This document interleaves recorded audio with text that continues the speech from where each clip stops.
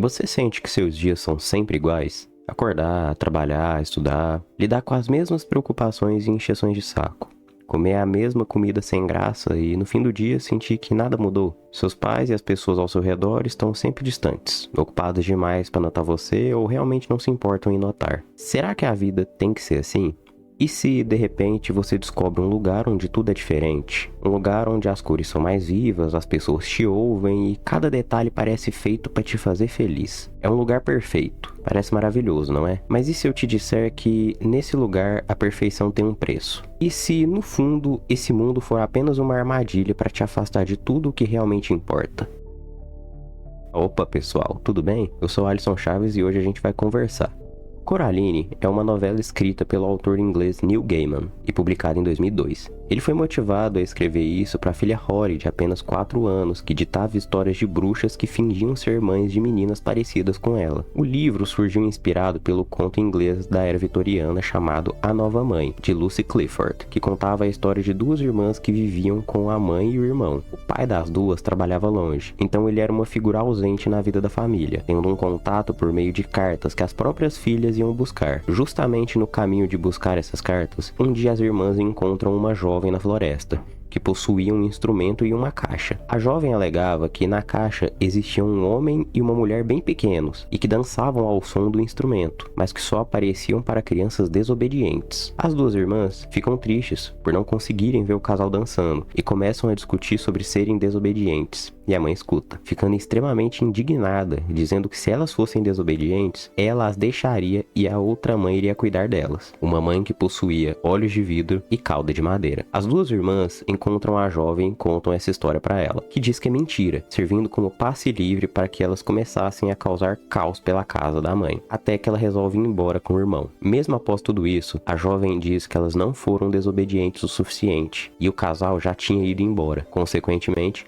uma nova mãe chega na casa delas, com olhos de vidro e cauda de madeira. E dizem que quem olhava de longe podia ver os olhos de vidro brilhando pelas janelas. Essa estética mórbida e aterrorizante são fundamentais para seguirmos para a construção da história. O livro é bem mais aterrorizante do que o filme, mas como a maioria das pessoas conhece essa história por causa do filme, vamos falar dele hoje. Neil Gaiman terminou o primeiro tratamento dessa história e enviou para o agente dele, dizendo que só confiava em 2 pessoas para tocar aquele projeto de filme: Tim Burton e Henry Selick, que foi quem assumiu essa história. O cineasta já possuía um currículo interessante, tendo O Estranho Mundo de Jack, uma animação feita em stop motion do mesmo jeito que Coraline seria. O filme foi lançado em 2009 e logo na abertura temos um pouco da atmosfera dele, uma boneca sendo feita a partir de outra e sendo enviada para o mundo normal. Podemos perceber que a família de Coraline está de mudança para um apartamento e o local é cinza. Tudo nesse mundo é cinza, menos Coraline. A primeira aparição de Coraline mostra exatamente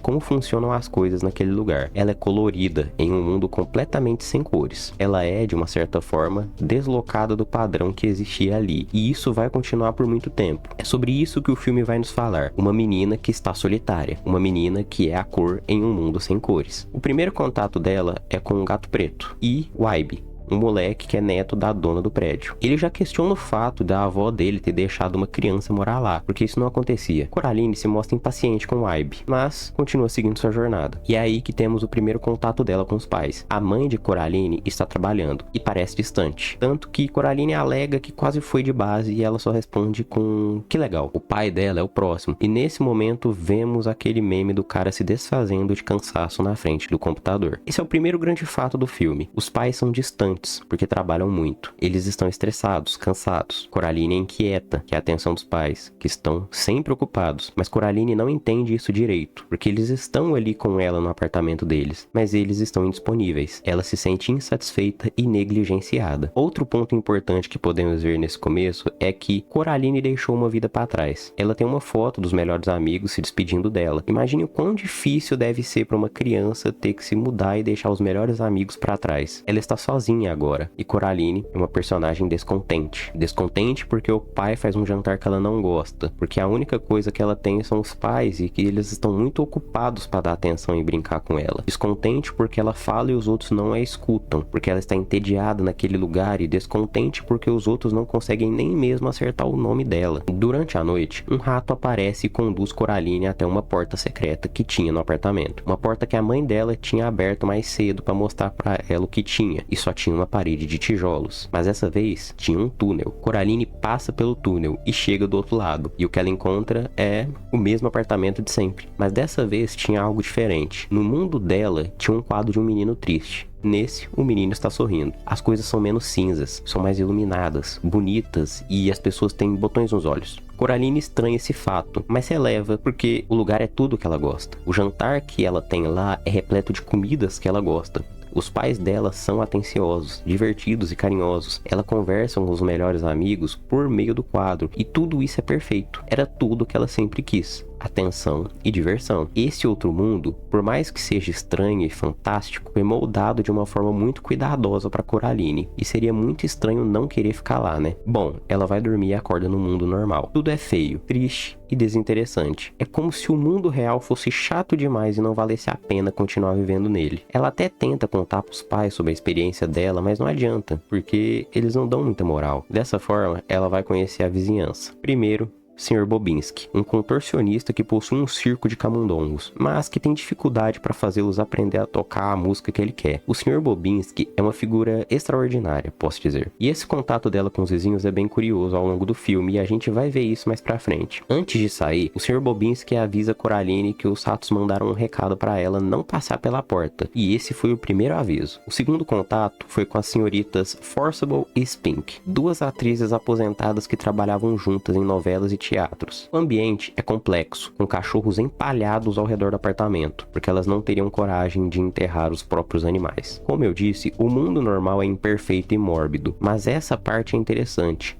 porque somos apresentados para uma questão que rodeia o filme: perspectiva. Durante a interação, elas resolvem ler a sorte de Coraline nas folhas de chá, e a senhorita Spink alega que ela corre grande perigo, porque vê uma mão sendo formada pelas folhas de chá. Já a senhorita Forcible diz que não, que via coisas boas, porque ela estava vendo uma girafa. Ambas viram as mesmas folhas, mas em perspectivas diferentes, e, consequentemente, tiram conclusões diferentes. Não vai ser a primeira vez que isso vai acontecer no filme. Ela não dá ouvido aos avisos de perigo e, de noite, vai para o outro mundo, onde somos surpreendidos com uma cena musical, com uma letra questionável. A partir de agora, Coraline vai ficando mais à vontade com o outro mundo, e parece gostar mais ainda dele. Enquanto no mundo normal o Sr. Bobinski não consegue fazer com que os camundongos toquem a música corretamente, nesse tudo é maravilhoso. Coraline assiste um grande espetáculo e fica cada vez mais apaixonada pelo ambiente que vive. É como se a pessoa que fez aquele mundo conhecesse Coraline como a palma da mão. No mundo normal, vemos uma parte muito importante para a construção da relação de Coraline com os pais. Ela vai com a mãe comprar um uniforme para a escola e vê um par de luvas verdes. Obviamente, Coraline quer o par de luvas, porque o pessoal da escola dela ia usar roupas cinzas, e ela queria algo diferente. Novamente, Coraline quer ser a cor em um lugar sem. Entretanto, isso não adianta, pois a mãe não compra, e essa parte é interessante, porque fica claro que eles passam por problemas financeiros. Tanto que a mãe promete que se as coisas derem certo, ela compraria as luvas para ela. Os pais de Coraline não são figuras malignas, que não se importam com a filha. Eles são pessoas desgastadas, cansadas e estressadas por trabalharem em algo que eles nem gostam, que têm dificuldades financeiras e não possuem tempo para dar a atenção correta para a filha deles, porque eles precisam trabalhar para que consigam ter uma qualidade de vida. Tanto que podemos ver que o pai está sofrendo com problemas de tanto ficar sentado trabalhando. Eles estão sendo sugados pelo próprio trabalho, mas Coraline não enxerga isso, porque ela é apenas uma criança, e crianças querem a atenção dos pais. No outro mundo, a outra mãe faz uma roupa especial para ela, colorida, do jeito que ela gosta. Ela conhece Coraline como a palma da mão, e sabe o que fazer para conquistar o coração negligenciado da menina de cabelos azuis. Como uma sereia que atrai marinheiros com seu belo canto para que eles naufraguem, ou como uma aranha atraindo insetos para sua teia. teia para devorá-los. Tendo isso em mente, a próxima apresentação é das duas ex-atrizes, atuando justamente como sereias, mas que saem dos respectivos corpos como se fossem fantasias